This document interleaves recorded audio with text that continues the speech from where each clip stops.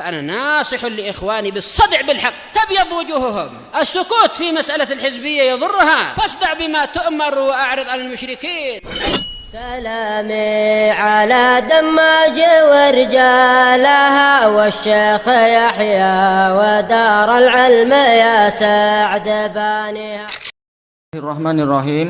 Al-Hallaj, dia adalah Husain bin Mansur Al-Hallaj.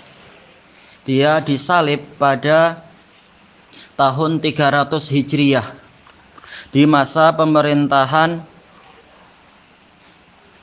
Al-Muqtadir Billah dari Bani Abbasiyah dengan fatwa semua fuqaha dan semua ulama.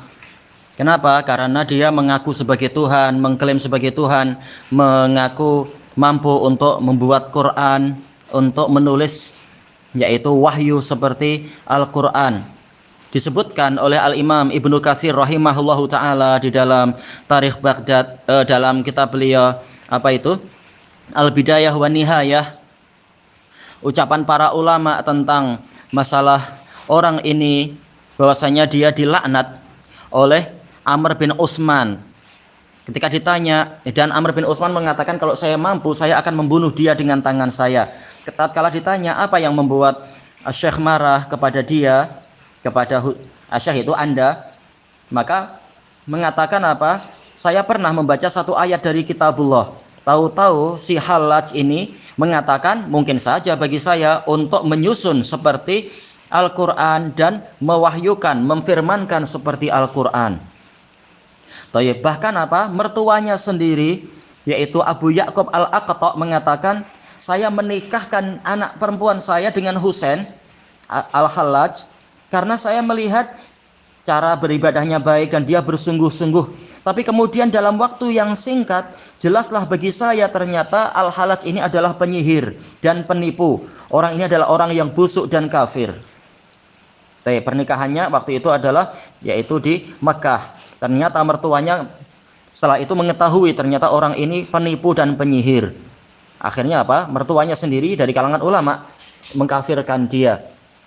Demikian pula Imam Ibnu Katsir menukilkan bahwasanya pernah Amr bin Utsman itu masuk menemui Al-Hallaj tatkala di Mekah.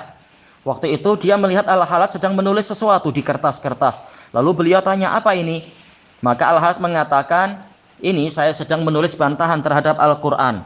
Maka Amr bin Utsman rahimahullahu ta'ala langsung mendoakan kecelakaan pada Al-Hallaj. Dan seterusnya, cerita banyak tentang itu. Dan dia kemudian terusir dari Mekah. Kemudian dia dia menipu banyak orang awam bahwasanya dia wali dan sebagainya. Cerita banyak tentang masalah dia. Sampai akhirnya semua fuqaha di masa itu memfatwakan orang ini adalah zindik kafir, wajib untuk dihukum mati karena dituntut untuk bertobat, tak mau tobat, sampai disalib dan sebagainya, tetap dia tidak mau untuk bertobat dan sebagainya. Cerita banyak di dalam Bidayah wa Nihayah itu di jilid yang ke-11. Demikian pula Imam Ibnu Taimiyah di dalam Majmu' Fatawa mengatakan orang ini suka berubah-ubah warna dia. Kalau sedang kumpul dengan ahlu sunnah, maka dia menyatakan dirinya sunni. Kalau dia sedang kumpul dengan orang syiah, maka dia itu menampakkan dirinya sebagai orang syi'i dan memakai pakaian zuhud. Terkadang dia memakai pakaian tentara dan sebagainya.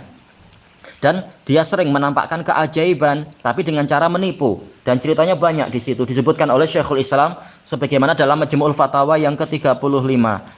Baik. Insyaallah kurang lebihnya demikian, dan ceritanya sangat panjang tentang dia. Ilahuna wallahu a'lam walhamdulillahi rabbil alamin.